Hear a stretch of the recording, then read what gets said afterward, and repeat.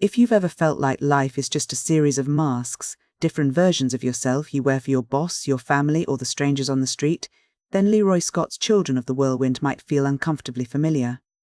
But in this story, the masks aren't just social graces. They are survival tools used by criminals, social climbers, and corrupt officials alike. Set against the gritty, restless backdrop of New York, the novel is a sprawling crime drama that asks a difficult question: can a person truly outrun their past, or is the chaos of who we were always destined to catch up with us? The story centers on Larry Brainard. Larry is a man who knows how to work a room, how to read a mark, and how to navigate the shadows of the city. He's a charismatic con man, and he's just been released from Sing Sing. For Larry, the goal isn't just to stay out of prison, it's to actually change. He wants to transition from the crooked game of the underworld to the straight game of legitimate business.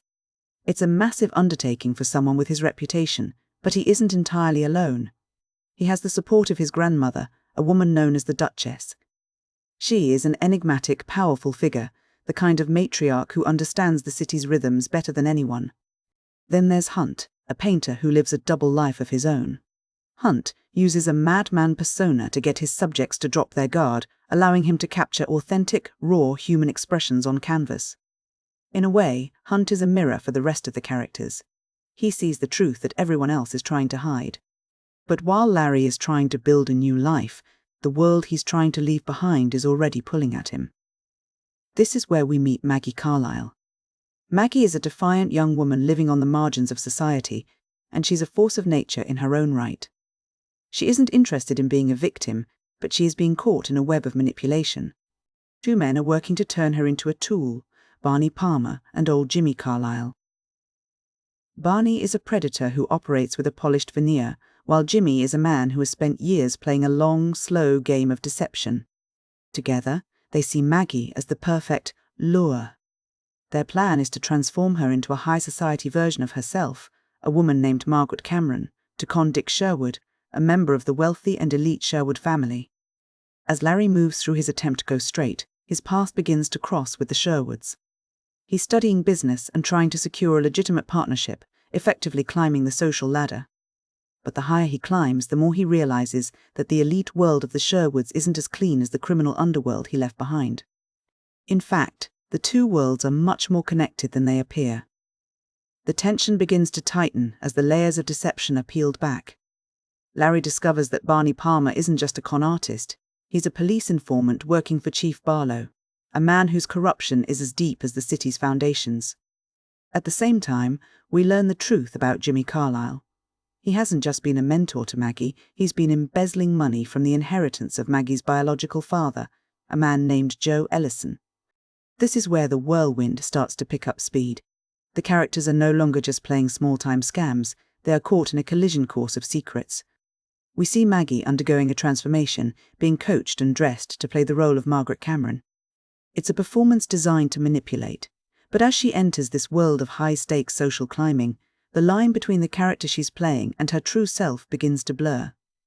She's caught in an impossible position: her loyalty to Jimmy, who has raised her, and her growing, complicated love for Larry, who represents a life of honesty. The climax of the novel brings all these threads together in a high-stakes confrontation at the Hotel Grantham. Maggie, realizing the dangers she and those around her are in, decides to stop being a pawn and starts being a player. She uses the very tools of the con deception and carefully constructed social performance to orchestrate a sting operation. She lures the criminals, the corrupt police, and the unsuspecting members of high society into a single room. The explosion of truth is violent and sudden. In the chaos of the Hotel Grantham, the masks are finally stripped away. The most profound moment of the book happens when Joe Ellison arrives. He is the man Maggie never knew, the man whose life and money were stolen by Jimmy. When Joe sees Maggie, he sees the daughter he always dreamed of, a wholesome, innocent girl. But the reality is much harsher. Jimmy has raised her in the shadows, molding her into a criminal to avenge a past betrayal. The revelation is a gut punch that highlights the book's central theme of nature versus nurture. Is Maggie the daughter of a good man, or is she the product of the environment Jimmy created for her? The resolution isn't a clean, easy victory. There is violence, and there is the threat of total ruin. However, Larry's growth from a man of impulse to a man of character becomes evident in the crisis. He manages to prevent a murder and helps steer the chaos towards some semblance of order. Even the formidable Miss Sherwood plays her part, using her social influence to push back against the corrupt Chief Barlow, forcing him to retreat. In the aftermath, the whirlwind finally settles, leaving the characters standing in the wreckage of their old lives. The resolution is restorative, but it's a hard-won peace. Maggie learns the truth of her parentage and, in a powerful act of self-definition, chooses to embrace her identity as Joe Ellison's daughter. She chooses the truth over the performance. Larry, having navigated the crooked game and emerged with his integrity intact, finds professional legitimacy managing the Sherwood estates. He and Maggie find a way to be together, not as characters in a con, but as two people standing on solid ground. When we look back at the story, the metaphor of the whirlwind becomes very clear. A whirlwind is a chaotic, destructive force, but its primary function is to sweep everything away. It picks up the debris, the loose items, and the things that aren't anchored. In Scott's novel, the whirlwind is the series of crimes, lies, and social pressures that tear through the lives of the characters. It strips away the aliases, the fake social standings, and the false personas. What is left when the wind stops blowing is the true essence of the people involved. This leads us to the theme of the crooked game versus the straight game. Throughout the book, we see that the distinction between the underworld and high society is largely an illusion. The criminal uses deception to steal money, but the socialite uses deception to maintain status, and the corrupt cop uses deception to maintain power. Both worlds are playing a game of masks. Larry's struggle isn't just about staying out of jail, it's about finding a way to live in a world where playing straight feels nearly impossible because everyone else is playing a version of the truth.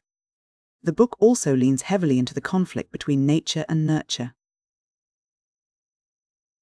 This is most clearly seen through Maggie.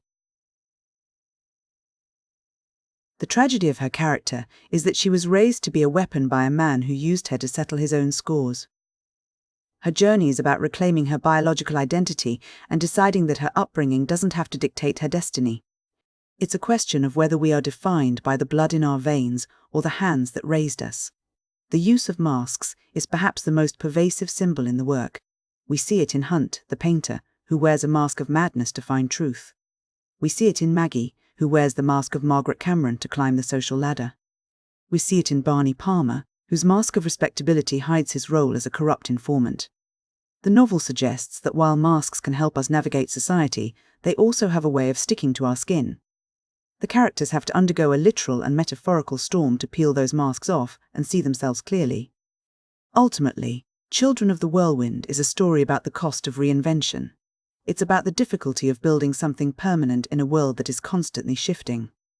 Larry and Maggie find their stability, but they only do so by surviving the very chaos they once tried to manipulate. They move from the whirlwind into a state of clarity, proving that while you can't escape the wind, you can learn how to stand firm when it finally passes.